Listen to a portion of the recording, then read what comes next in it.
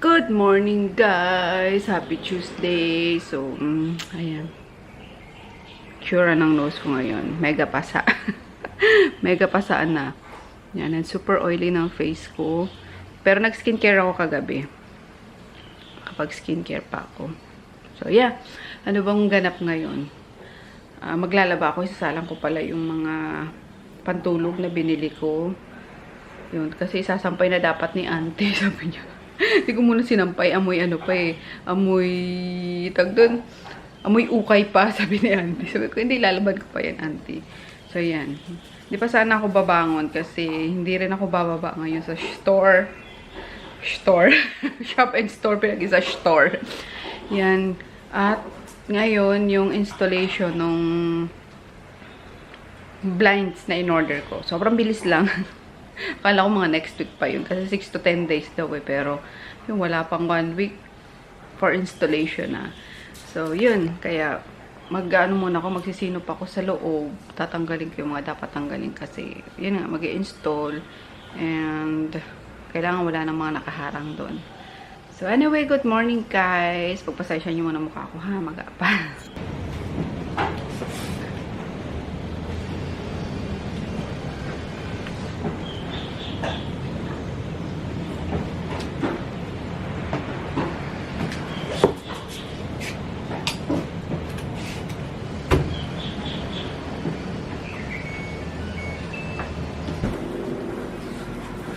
Gusto mo na lakad, Gutin? Gusto mo na lakad?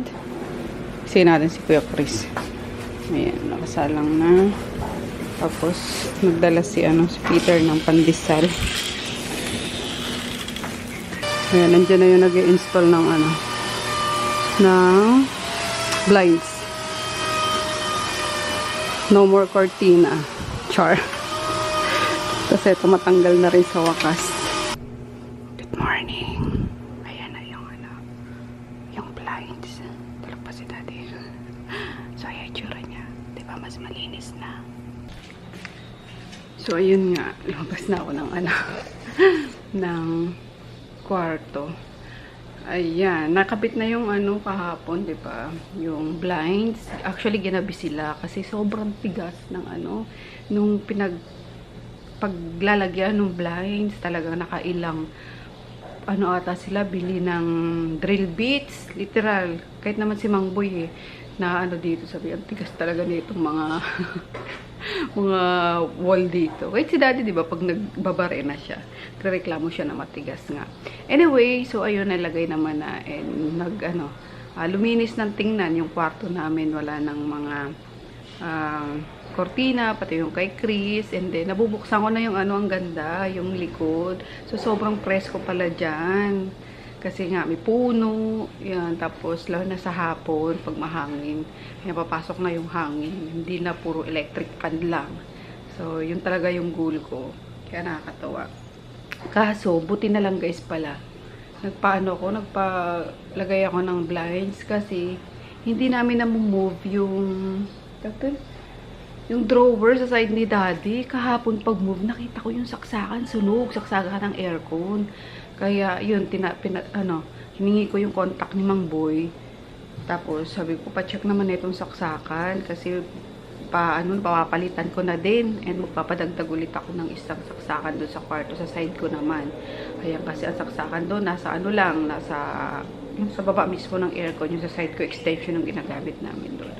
So yun, magpa-add ako. And then kay Chris din, magpapa-add ako ng isa saksakan at isa lang din ang saksakan dyan. Diba? Nakaloka. Sobrang tipid sa saksakan na ito. Itong unit na to. So, anyway, ayun lang. So, nagpatulong ako kay auntie kahapon. Sabi ko, auntie, busy ka ba? Sabi ko, pwede magpatulong maglinis. Kasi bawal pa akong buhat-buhat ng mabibigat. Yan, kahit yung mag-move ng kama, basta anything na mabigat guys, mapuwersa, bawal. Kahapon nga, pinipilit ko na yun, kasi sabi ko, move lang naman. Kaso na may pressure para sumakit yung bandan dito ko. Sabi ko, oh my God, cannot be talaga. So, si auntie na lang yung pinagalaw ko, tapos si Chris. Yun. So, yun lang. Tapos bandang gabi na ako naligo kasi syempre sobrang alikabok, as in yung ang dami namin tinanggal na basura doon sa ano. Yung sa wall na yun, kasi literal, simula pagka ano namin, pagka lipat namin dito. Hindi ko ginagalaw talaga yung ano na yun, yung nalalagyan ng kortina. So, kahit pagpaga ng alikabok, hindi talaga. So, imagine niyo 4 years namin dito, yung nag-accumulate ng alikabok. Grabe, diba? So, yun, kaya mega linis kami kahapon ni auntie. So, yan. Mamaya pagising ni daddy, pakita ko sa inyo. Sobrang presko dun. Katuwa. And then, ito yung mga ano, mga kortina, mga bedsheet na tinanggal namin. Sabi ko, isasalang ko kagabi kasi sobrang pagod ko na, hindi ko na nagawa. Tapos, ito na yung mga sinampay ko. Mga sinalang ko naman kahapon na pantulog. Ayan na siya. Tinupi na ni auntie. Pasok ko na lang mamaya. So, ayan. May kita nyo sa likod. Diba?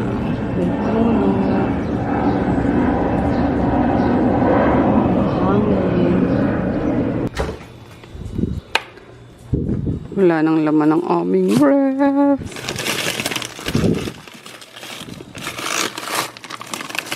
Meron ba dito yung bulalo? Ayan pa rin siya. Di ko pa naluluto ulit.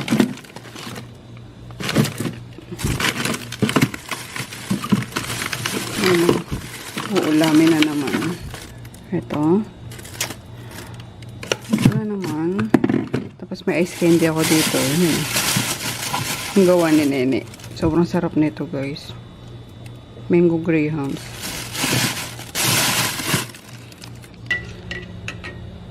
Yan, kape lang muna ulit tayo, guys. Ito pa rin yung Butiham coffee. Malapit ko nang maubos.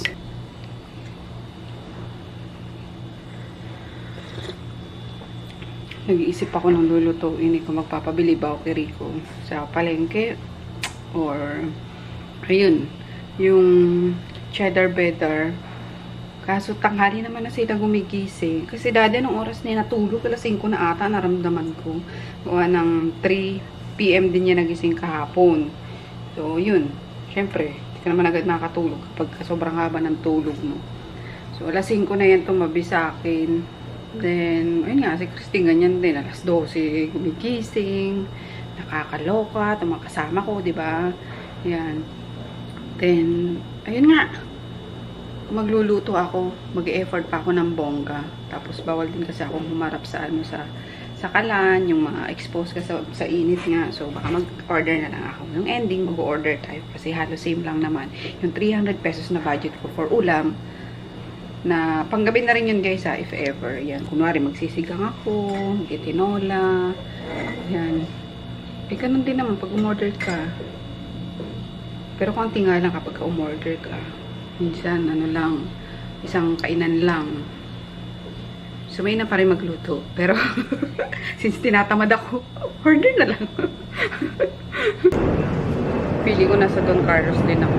Kasi, pakinggan nyo. Mga aeroplano. Ang dami din pala dito. So, palibasa, malapit pa din to sa, sa airport, guys. Kaya, dinig pa rin natin ang ano, mga airplane. Anyway, ayan, sasalang ko na lang muna to. Kasi, iakit na to ni auntie. Sabi ko, ano yun na lang dun, dun na, sa kila Nene na lang to, ihang. Kaso, maiksi pala yung pang tali ko. Kasi salang ko siya sa washing machine. Hindi man lang aabot. Ano tayo, mas mahaba. Hi, good.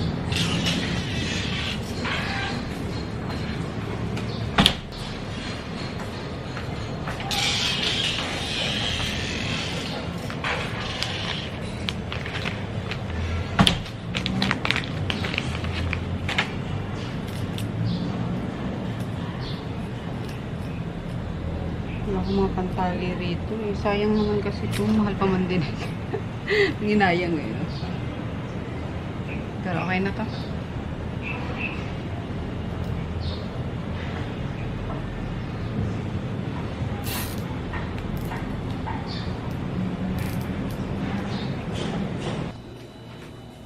Balik-balik na to.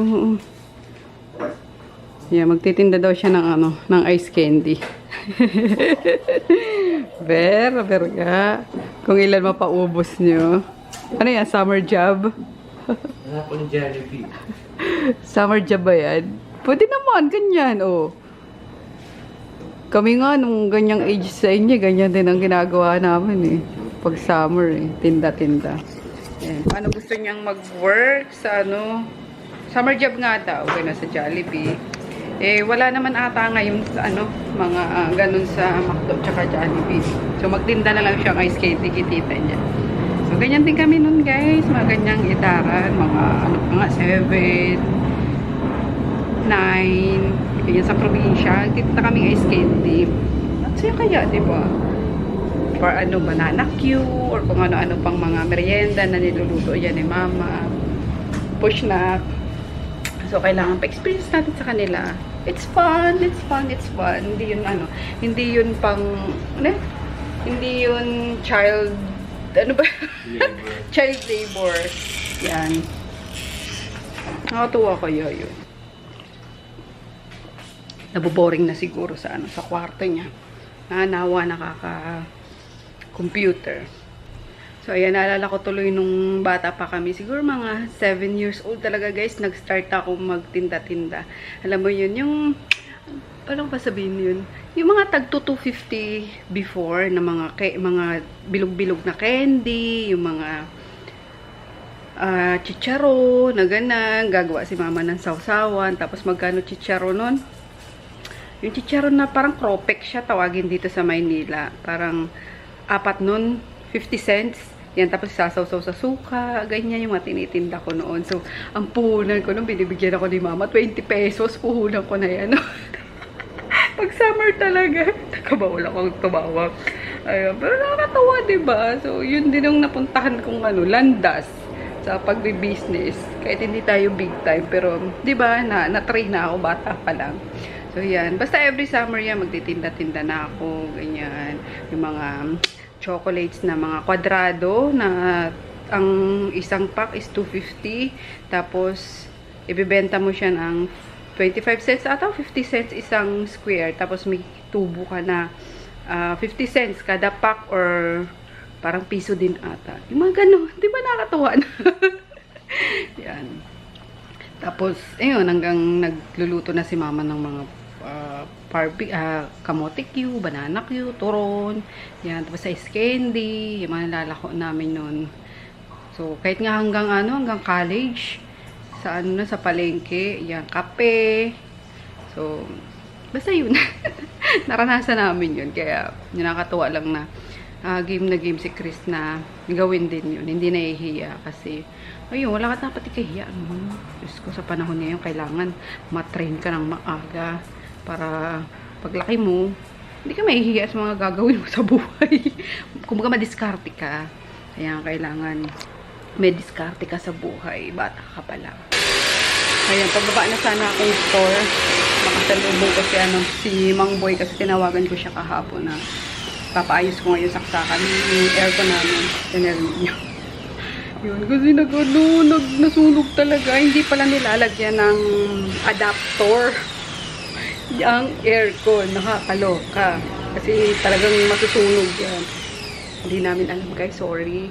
So, buti na lang kahapon nung naglalagay ng dito, blinds na move namin yung yung drawer sa side ni Daddy. Yun, nakita ko yung saksakan talaga. Sunog na sunog, literal. So, yun. Kaya nag-worry ako kagabi. Hindi ko muna sinaksak. I mean, hindi muna kami nag-aircon talaga. Sabi ko, ipapagawa ko kagad kay Mang Boy. And, yan nga. Pinagawa niya na. Tapos, nagpadagdag din ako ng ibang saksakan pa. Kasi, ang daming patay na saksakan sa kwarto.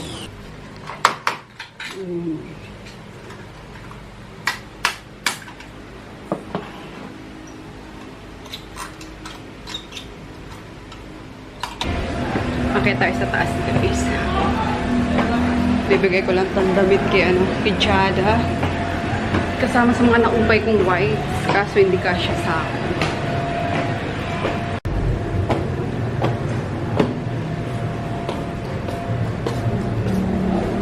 Na-deliver na yung Ay, yung isang araw natin. freezer. Ang taas, Yan. Hapon ba? Pabili na si Nene ng ano, freezer. More ice candy. Mukhang gagawa na naman ah. Diba? Oh, ha? Sobrang bili nung ano nyo. Ice candy na ano, Mango Grahams. Promise. Ah, ang higpit naman ito. Wow! Ang daming layer. Mas maraming malalagay na ice candy. Eh di pwede na isaksak to, ne? 24 hours na. Ayan, dito na ako sa ano guys, baba ulit. Yan, maaga akong bumaba mga, ano ba itong orasan namin? Alas 6? Nakakaloka. So, 12:30, ayan, pinakit ko na yung mga boys. Pinasabay-sabay ko nang kumain doon kila Nene. Kasi galing din ako doon. At nanghingi lang din ako ng ulam nung dalawa. Kasi di ako nagluto.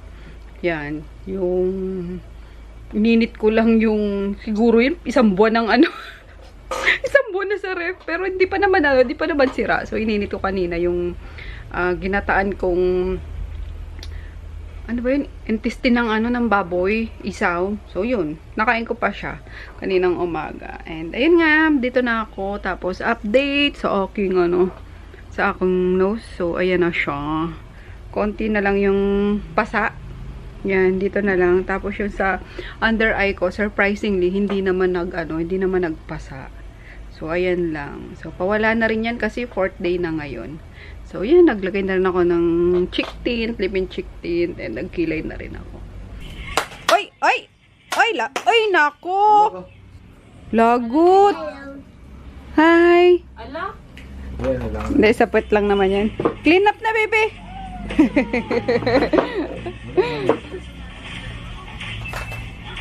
Buksan mo daw, tito. Say, please! Wala naman daw. Sinalat niya mga paninda ni tita niya, oh. Wala